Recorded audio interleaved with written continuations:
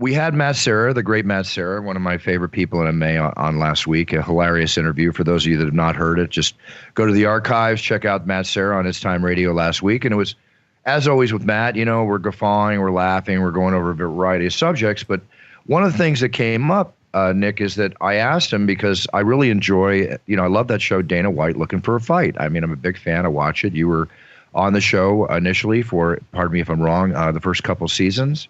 And with that being said, then Dean Thomas is on the show now. And we touched on it when you were on the show. And then I just happened to ask Matt. I said, Matt, who do you enjoy working with? Who did you enjoy working with more? Do you enjoy working with more? Dean Thomas or Nick the Tooth? And just like when Donald Trump says something about Hillary on the Today Show, it's the Today Show's obligation to contact Hillary and see if she has anything to say in regards to the comments that Donald Trump made. So the show reached out to you, Nick, and he talked about the situation where Dean came on and was cast on the show, Dana White Looking for a Fight. And I know you listened to the show, and there's been a lot of talk all through the forums and all over the web about our interview with Matt last week. So I just wanted to, again, when the show reached out to you, bring you on, and the floor is yours. So please. Well, wait a second. Before the floor is Nick, did you just call Matt Serra Donald Trump? Is that a compliment? Well, I didn't call him Donald Trump. I think he was calling me Hillary. Again, I don't think there's a compliment in the bunch for anybody there. But sorry, I had to add some levity to the seriousness. Sorry. We're gonna reach out to Matt, and Matt can come on the show next week and say, why did Buffer call him Donald Trump? I did not call Matt Donald Trump. I know. Nor was I referring to any physicality between the two. I was simply giving an example of why the show reached out. I love you, Buff. Busting balls. That's busting awesome. balls. So anyway, yes, Nick, the floor is yours.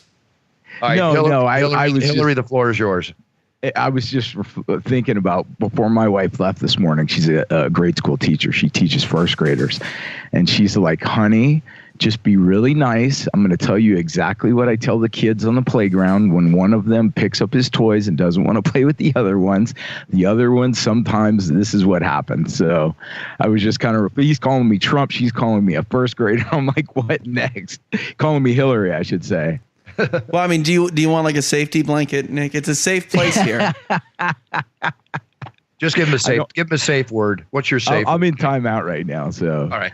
Well, a safe word's a whole different thing, Buffer. Jeez. There were a few issues to address. I think I filmed it wasn't even a season. I think I filmed 5 episodes, but somewhere around then.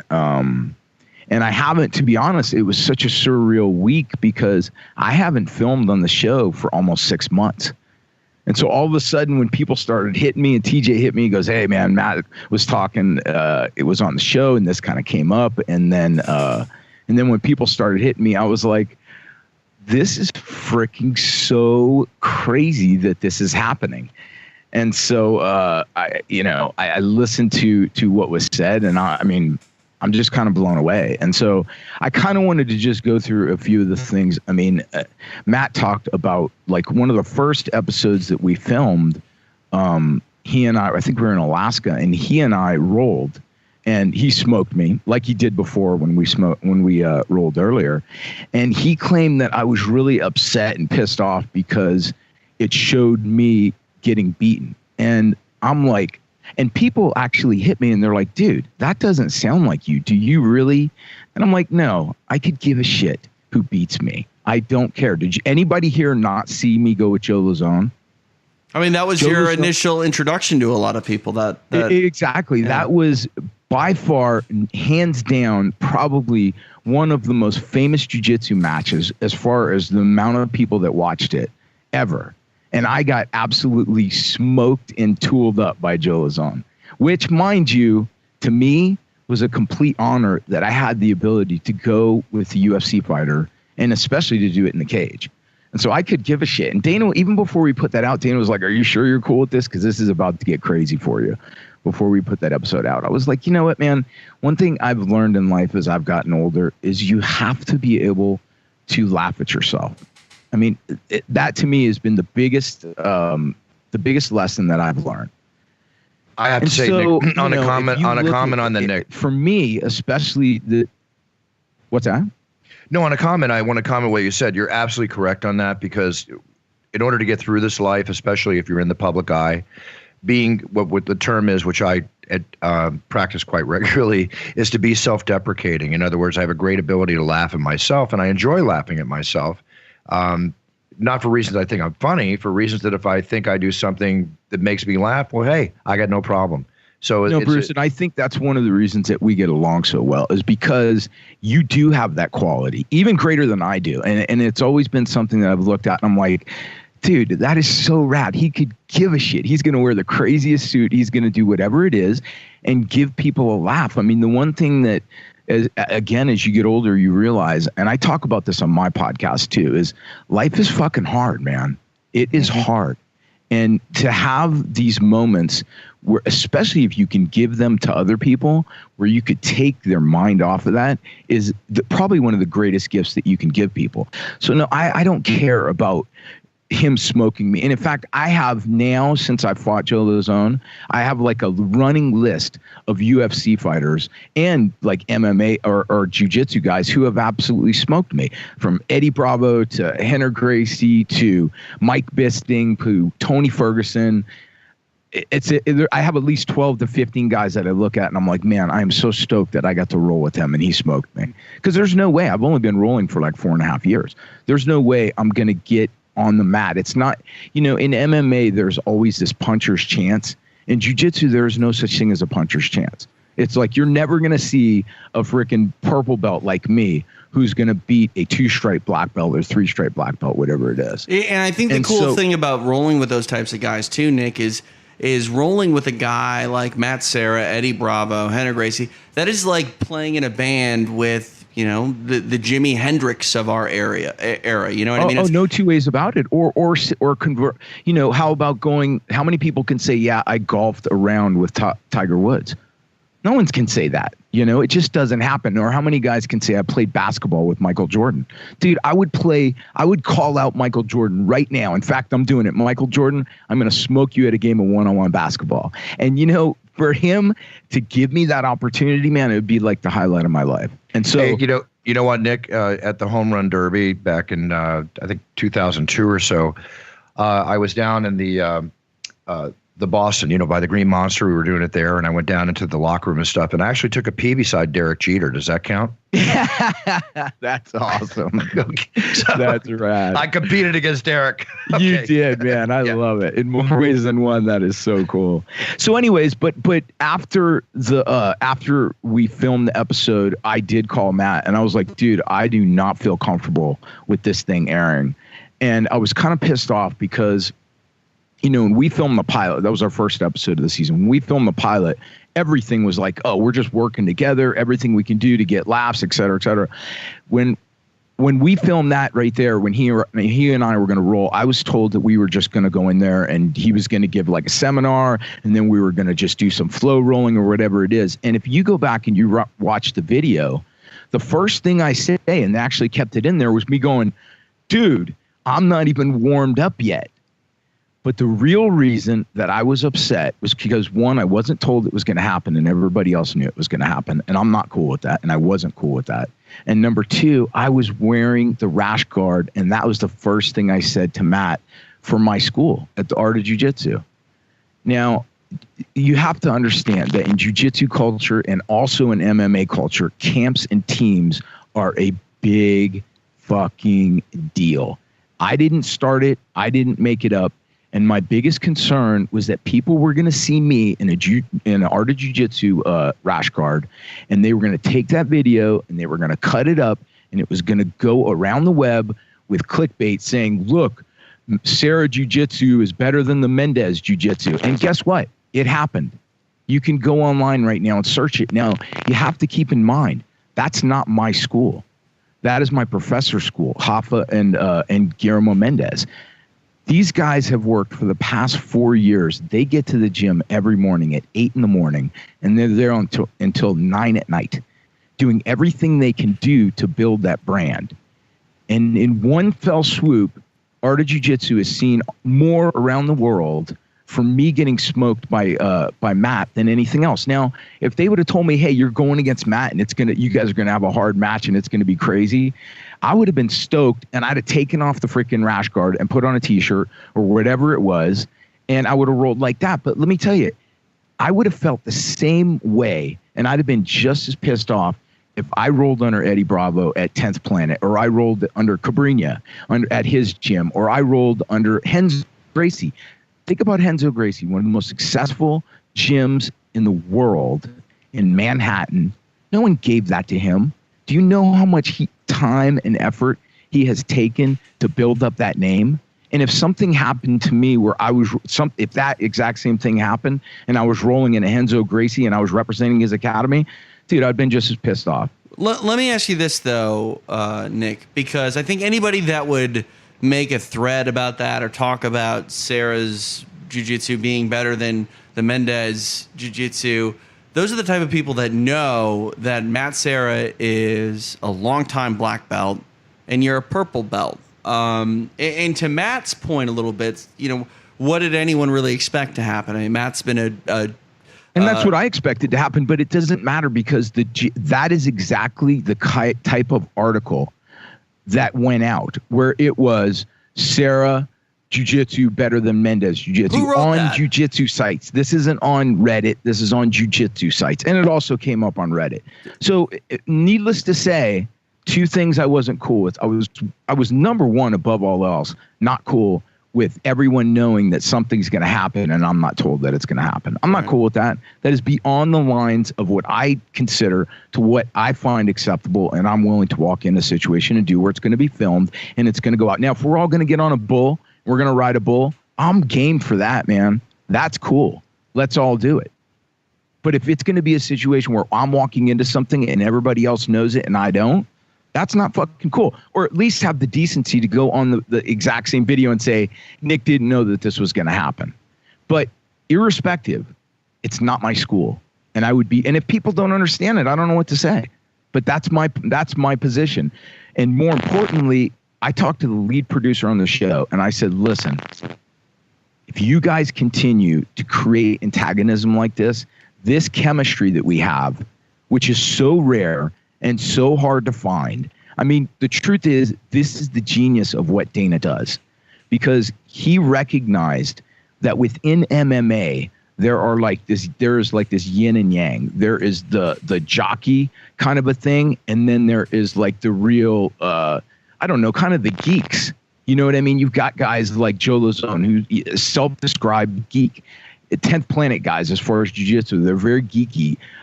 Eddie talks about that, about how it's like playing a video game and they just geek out on everything else.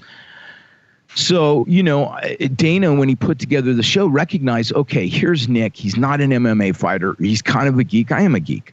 And then you got Matt, who's more jockey. He's more of a fighter. And the chemistry between these two guys going head to head, et cetera, is going to be great.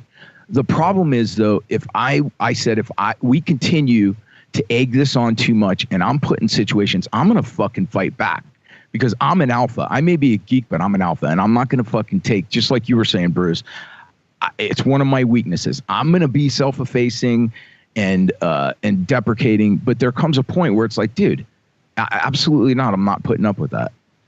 And so, that's one of the things that I said at that episode. I said it 2 or 3 more times. And finally I just said, this is it. I'm done. I'm walking. Hey, Nick, what if they would have gone ahead and at least like pixelated out the Art of Jiu-Jitsu logo on the rash guard? Would that have made it better for you? Absolutely. That's all I would have cared about. Did you ask them to do that? No, I didn't even think about that. Now, another aspect I look at it too is that, I'm kind of torn in this. I understand the hardcore jiu-jitsu passionate practitioner standpoint from what you're talking about with the school on your rash guard and such as that. On the other end of the picture, being the marketer that I am first and foremost before anything business-wise, I'm thinking you just gave them on a very popular show on Netflix, the school on the rash guard, you gave them some great promo. And, people watching without the trained, passionate jiu-jitsu eye might say, well, hey, just like you could be wearing a Roots of Fight shirt or an Affliction shirt, you happen to have that rash guard on. How cool. That's the thing. And not really know that you're representing. So they might not take it in the way that, you're concerned about. And so it's really not a full audience viewing of show perception, although perception is reality for most everybody. But there's a split here on the perception of reality from what happened on the show. Hey, because on one end you're giving a promo, and on the other end, I understand where you're coming from. In that respect. Yeah, I mean, the issue wasn't really. I mean, they're not really that concerned, and probably rightfully so, about bringing art of jiu-jitsu to the non-jiu-jitsu community. That's the problem with that argument. Although I do appreciate what you're saying. Hey, what's the reality is. Oh, I'm sorry to cut in here, Nick. But another thing that actually might support your case here is, I believe in the intro, they called you a Brazilian Jiu-Jitsu world champion. They don't say that you were a purple belt Brazilian Jiu-Jitsu world champion, but they just called you a world champion. To someone that is a casual viewer that is watching, looking for a fight on Netflix or something, maybe doesn't even really know who Matt Serra is or anybody else, if that intro sets you up as a world champion, they're putting you on the same level. The caveat there is, yes, I won a world championship at blue belt, but it was also in the Masters division. Right, but still, I won no gi and gi, but there's no disclaimer of that in the intro. So if I hear Brazilian Jiu-Jitsu world champion taking on Matt Serra, UFC champion, my brain might not understand exactly the caveat to your world championship compared to Matt Serra's world championship. So I think there is maybe room for argument out there going, oh, look, Matt Serra destroyed this quote-unquote world champion. He must suck. Yeah. Well, I do suck compared to Matt. So, but do you understand what I'm saying? Like, no question about it. You're talking about like maybe, embarrassing your masters. The show sets it up, though, as you're a world champion. It doesn't say that it was of a lower weight class, it was of the seniors division, etc. So I guess, I'm just finally kind of putting together 2 and 2 that there is a bit more room for misinterpretation than maybe I was thinking. People going, oh, well, if you're going to argue the art of jiu-jitsu being worse or better than Serra jiu-jitsu, you're probably a jiu-jitsu geek. But if you're a casual person with the information in front of you, I can see why maybe you would look at it in a different light. But also, if I can comment on this too, is that, in relation to what you're saying, TJ, and you too, Nick, is that there's no shame in loss when there's essence in performance, shall we say. And when you come with a guy like Matt Serra, who has a pedigree of knocking out George St. Pierre, fighting in the greatest proving ground for fighters in the world, ever and today, which is the UFC Octagon, you're stepping out on the mat, against a man named Matt, who has a tremendous pedigree and a tremendous amount of achievement, along with the achievement you've achieved in your 4.5 years of doing jits. So there's no shame there. I mean, it's like, how many people want to actually face off against Matt Serra on the mat? And even in loss, it's like, I remember going out against a couple guys that were, way better than me, and I'm not trying to relate it to what you guys did, and I got my ass handed to me, and it's okay, that's what's but I'm okay with that. I'm okay with that. Right, but again, on the show, though, guys, in a roundabout way, Matt and Nick were presented together as peers rather than an expert and an intermediate. Do you understand what I'm saying? Well, that's a comment. That's a comment to Nick at the same time, because instead of saying, well, here's Matt Serra, the world champion of the UFC, the first black belt Renzo Gracie ever gave out, blah, blah, blah, blah. Here's Nick the Tooth, Mondial winner and this, that. Everybody's got their cred. So you have to introduce them equally. You don't want to introduce Matt as like, Nick's about to get his butt kicked. You can't do it that way. You got to do it in a way to present the show. Yeah, but let's not cloud the issue. For me, the issue was, don't do this again. Don't put me in a situation where I'm not aware of what we're getting into. If we're going to ride a bull, I'm game. Anything you guys do, I'll do. I don't have a problem with that.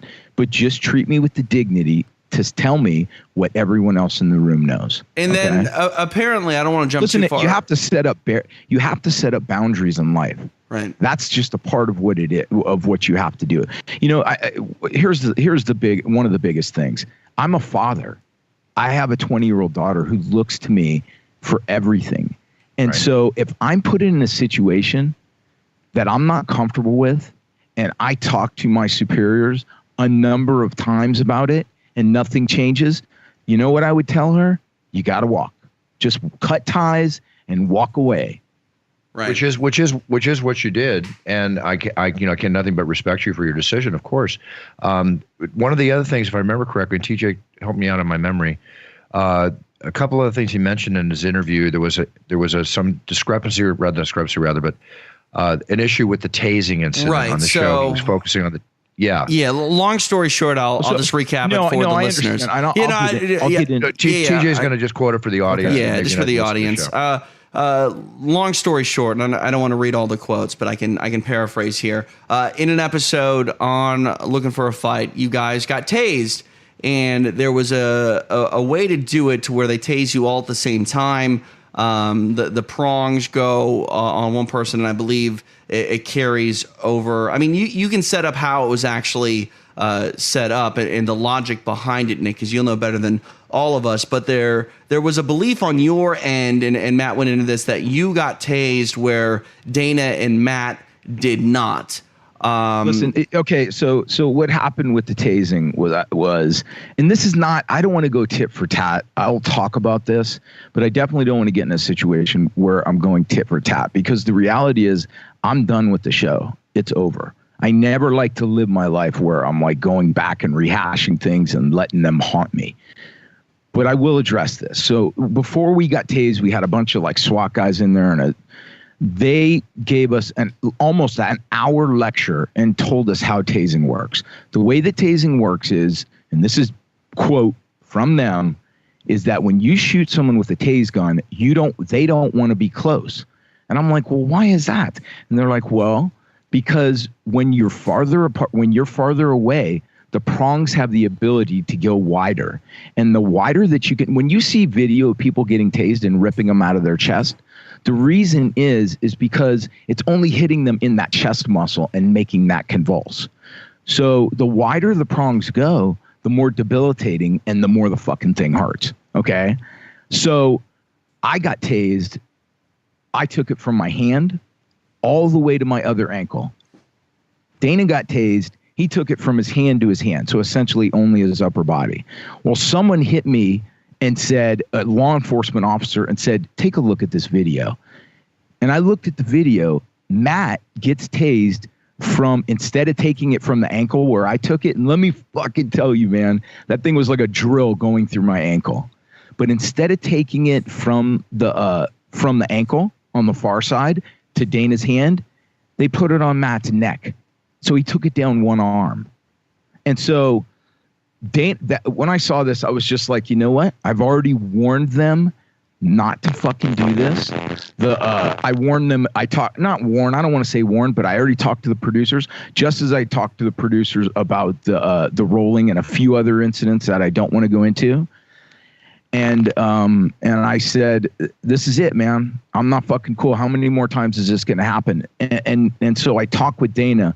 This is the next crazy thing that was so surreal, is I saw like last week, which was my birthday week. So like on my birthday, people are hitting me, asking me about the thing. I'm like, dude, I'm surfing. I'm on a surf trip. Leave me alone. But so I talked to Dana about it. And I'm like, we were at a park. We went to go see Agent Orange. And I think Matt talked about this. And it came up through a conversation that I was having with Joe. Joe was like, and I had a few drinks, and Joe was like, how do you like the show? I go, I don't like it. I don't fucking like it. And I actually went out to Vegas to talk to Dana about it, about, not liking the show. I wanted to be off. I was like, this is it, man. Obviously, this was how they were going to run the show. And it's their show. It's not mine. I have zero power. The only power I have is to show up or not show up. And so we're there that night. And so Joe runs right over and tells Dana. Dana comes back, gets in my face. We start having an argument about it. And I explain my position. And I'm like, dude, just fucking admit it. Just admit that you did it. And I'll stay on the show. Needless to say, we kept arguing. And I finally just put up my hand and walked away. I said, I'm done. And that's all that happened. But to see these websites saying that I was removed or fired from the show because I almost got in a fight with Dana was just insane, because I wasn't fired from the show. I left the show. But number two, we weren't even, as far as I'm concerned, the only thing I know that almost getting in a fight is pushing and throwing punches. Neither happened. So I've known Dana for 30 years. We have had conflicts throughout the years. mind you, I'm talking about since the time that we were young teenagers. We've had conflict after conflict. That's what friendships are all about. He has never thrown a punch at me. I've never thrown a punch at him. In fact, he and I have gotten in several fistfights with other people on the streets. That goes to show how close we are. I love him. I love him more than anything. But friends fight. I fight with my brother. And so I think of Dana like my brother. Yeah, we have fucking issues. But that doesn't mean there was almost a fight. I think conflicts like that generally bring people closer together should they get past them as well. I mean, I think that's why families fight almost as passionately as they do, because you know that once it's all done, once you get it out there, the air is generally cleared, you become closer, you can communicate with one another. And I think that's why the closer people are, the less sugarcoating that happens. You can be authentic because you're real. Have you had a chance to talk to Dana at all since this, Nick? Are you guys cordial with one another, or is this something that is still ongoing? No, I haven't talked with him, and I don't think we're going to be cordial. I think what's going to happen is just like in the past, we're going to get together, we're going to have some drinks, and we're going to laugh about it. And that's it. Then maybe I haven't done that. What's that? I was going to say that maybe that little incident at the concert, they could excerpt that into another period of the show and say, going to a concert with Dana White, about to fight. Yeah, and you got to understand something, man. When you're friends with someone for that long, you never will look at them like, oh, he's this big promoter, he's doing this. As far as I'm concerned, he's the same teenage kid that he was, and so am I, and our relationship will always be back there. I think part of the problem that I just didn't anticipate as we went into the fight was this is the first time in our 30 some odd year friendship that I was getting paid by him and I was on his payroll. And I think that clouds friendships. And you hear people talk about it all the time. Don't do business with friends. Don't do business with friends. You know, when I did the blogs, I mean, it really all started with the blogs. I wasn't getting paid. So it was just something that was just pure fun. That's all it was. And I think if anybody knows you, Nick, and I've been fortunate enough to get to know you over the last several months here, you're just a guy that's up for adventure. You wake up every day is an adventure, whether it's surfing, whether it's doing jiu-jitsu, whether it's taking photos, writing.